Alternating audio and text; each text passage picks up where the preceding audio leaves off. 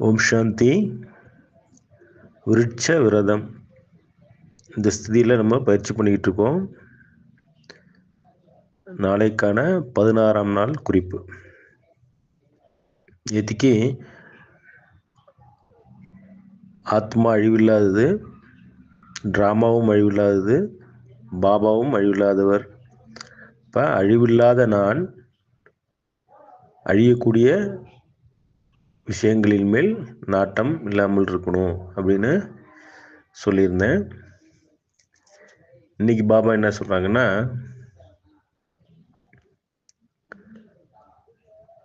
நம்ம கலியுகத்தில் வாழ்ந்துக்கிட்டு இருக்கோம்.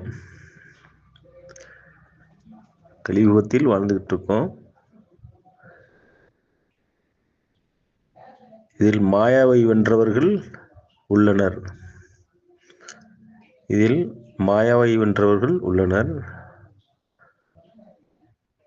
ஆனால் மரணத்தை வென்றவர் யாராவது இருக்காங்களா அப்படின்னு பாபா நம்மளை கேட்குறார். ஆழம் புரிஞ்சுக்கணும். நம்ம கலியுகத்தில் வாழ்ந்துக்கிட்டு இருக்கோம்.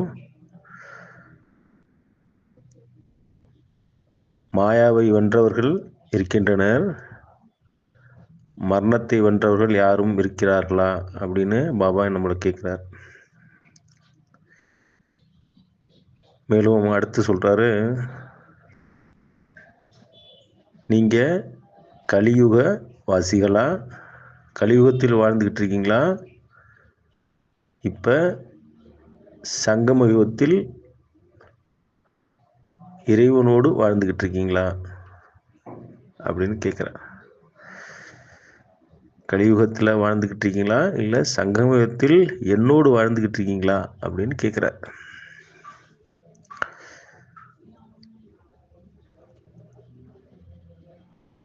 கலியுகத்தில் மாயாவை வென்றவர்கள் இருக்கிறார்கள், மரணத்தை வென்றவர்கள் இல்லை. மரணத்தை வென்றவர்கள் யாரும் இருக்கிறார்களா அப்படின்னு கேள்விக்குறி வைக்கிறாரு. மரணத்தை வென்றவர்கள் யாரும் கிடையாது, எல்லாரும் போய் தான். ஆனால் சங்கமவாசிகள் நம்ம பாபாவோட வாழ்ந்துக்கிட்டு இருக்கோம். இதில் மாயாவையும் வென்றுகிறோம். சங்கம விஷயம் பாபாவோட இருக்கனால மாயாவையும் நான் வென்று கொண்டு இருக்கின்றேன், வென்று விட்டேன், மரணத்தையும் வென்று விட்டேன் அப்படின்னு சொல்ல முடியும். எப்படி கேள்வி கேட்க தோணுதில்லை? எல்லாருக்கும் ஒரு நாள் இந்த சரீரம் போய் தான் ஆகணும், அப்புறம் எப்படி மரணத்தை வென்றிட முடியும் அப்படின்னு தோணுதில்லை? பாபா சொல்கிறாங்க, மரணம் என்பது இறப்பு அல்ல. மரணம் என்பது இறப்பு அல்ல, நான் வாழும் வாழ்க்கை அப்படின்னு சொல்கிறார்.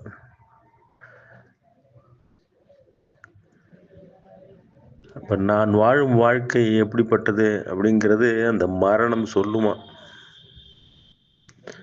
அந்த மரணம் சொல்லும். இந்த மரணத்தை நான் வென்றுவிட்டால் இந்த ஆத்மா அது மாட்டு காற்று மாதிரி பறந்து போகும். அப்போ மரணம் என் சொல்படி நடக்கும். இதனுடைய சூட்சமும் ஆழமாக திரும்பி கேட்டிங்கன்னா புரியும்.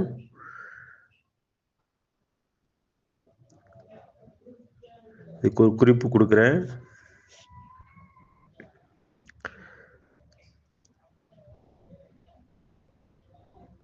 விலங்கினங்கள் இருக்கு, ஆடு மாடு பறவை வீட்டு விலங்குகள் எல்லாம் இருக்கு. மனிதன் இருக்கா, அதுவும் சாப்பிடுது, அதுவும் உறங்குது. விலங்குகளும் சாப்பிடு, உறங்குது, தூங்குது, ஒரு நாள் இறந்து போகுது. மனிதனும் சாப்பிட்றான், தூங்குறான், ஒரு நாள் இறந்து போயிடுவான். அதுக்கு 5 அறிவு இருக்குது, எனக்கு அறிவு, நான் பேச மட்டும்தான் செய்கிறேன். ஆனால் ஏதாவது வித்தியாசம் இருக்கா? அது நான் வீட்டில் தூங்குறேன், அது வெளியில் தூங்குது. மற்றபடி எல்லாமே செயல்கள் எல்லாம் ஒன்றா தானே இருக்குது. அப்போ அதுக்கும் எனக்கும் பேசுகிறத தவிர ஒன்றும் பெருசாக வித்தியாசம் இல்லை. ஆனால் பாபா மனிதன்ற பேர் வச்சிருக்காரு. அப்போ மனிதன்ற ஒரு தன்மை கொடுக்கும்போது விலங்குகள் மகானாக முடியாது. மனிதன் மகானாக முடியும் இல்லையா? மனிதன் என்பவன் தான் தெய்வமாகலாம்னு பாட்டு பாடியிருக்காங்க. அப்போ மனிதன் மகானாகவும் தேவனாகவும் ஆகலாம். எப்படி ஆக முடியும் அப்படின்னா, விலங்குக்கும் மனிதனுக்கும் ஒப்பீடு கொடுக்கும்போது இந்த சாகும் கல்வி, இந்த தேகத்துக்கான கல்வி கிடைக்கும்போது ஒரு மனிதன் விலங்காகத்தான் இருக்கான், விலங்கு போலத்தான் இருக்கின்றான். ஏன்னா சாகும் கல்வி நம்ம படிச்சிருக்கோம், தேகத்துக்கான கல்வி எல்லாம் பெரிய பெரிய படிப்பெல்லாம் படித்தாச்சு. ஆனால் அதனால் 10 பைசா பிரயோஜனம் கிடையாது. காசு வருது, சம்பாதிக்கிறோம், ஆனால் அதனால் ஆத்மா சந்தோஷம் அடையுமா என்றால் இருக்காது. சாகும் கல்வி நமக்கு பலனை தராது. சாகும் கல்வி நமக்கு பலனை தராது. அதனால் நம்ம பணம் நிறையா சம்பாரிச்சிக்கலாம், லக்ஸுரியஸ் லைஃப் வாழ்ந்துக்கிட்டு இருக்கலாம். இப்போ பெரிய பெரிய ஆளுங்களாம் இருக்காங்க, அப்படி இருக்காங்கன்னு சொல்லலாம். ஆனால் மரணம் வரும்போது அவங்களுக்கு ஆட்டோமேட்டிக்காக போய் சேரணும். அதுக்கப்புறம் ஒன்றும் இருக்காது கையில். ஆனால் பாபா நமக்கு கொடுக்கக்கூடிய கல்வி மரணமில்லாத வாழ்விற்கான ஆத்ம கல்வி கொடுக்குறார். எனக்கு சாவே கிடையாது, நான் மரணத்தை வென்றவன் அப்படிங்கிற டைட்டில் பாபா நமக்கு கொடுக்குறாரு. மரணத்தை வென்றவன்னு டைட்டில் யாராவது கொடுக்க முடியுமா? இந்த பாபா நம்ம அப்பா மட்டும்தான் இந்த மாதிரி கொடுப்பார் நமக்கு. அப்போ சாகா கல்வியை நமக்கு போதிக்கின்றார், ஆத்ம கல்வியை நமக்கு போதிக்கின்றார். இதன் மூலம் நான் மரணத்தை வென்று விடுவேன். மரணம் என்னுடைய வாழ்க்கை, நான் எப்படி நடிக்கிறேன்னு அது எனக்கு சொல்லும். அப்போ மரணத்தை நான் அது என்ன சொல்ற, அதனுடைய விருப்பத்தோடு பாபா சொல்லுவார்ல, முக்தி, ஜீவன் முக்தின்னுவார். முக்தி நிலை என்றால் வென்ற நிலை, இறைவனோடு தொடர்பு கொண்ட நிலை. இப்போ இவ்வளோ ஒரு ஆழமான விஷயத்தை பாபா நமக்கு சொல்லிக் கொடுக்குறாங்க. இந்த ஆத்ம கல்வி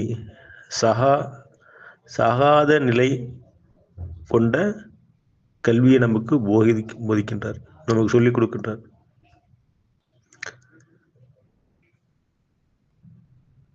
அப்போ நானும் என் தந்தையைப் போலவே சாகா வரம் பெற்றவன். இந்த ஒவ்வொரு குறிப்பும் ரொம்ப ஆழமான குறிப்புகள், அதை உள்ளே வச்சுக்கோங்க. அப்போ தான் அதனுடைய அந்த ஆன்மீக போதை நமக்கு இருந்துகிட்டே இருக்கும். நான் மரணத்தை வென்றவன் அப்படிங்கிற அந்த எண்ணம் வரும்போது என்னுடைய வாழ்க்கையினுடைய நடத்தை அங்கு ஊர்ஜிதப்படுத்தப்படும். வாழ்க்கையினுடைய நடத்தைங்கிறது தூய்மையின் உச்சம், தூய்மையின் உச்சம்.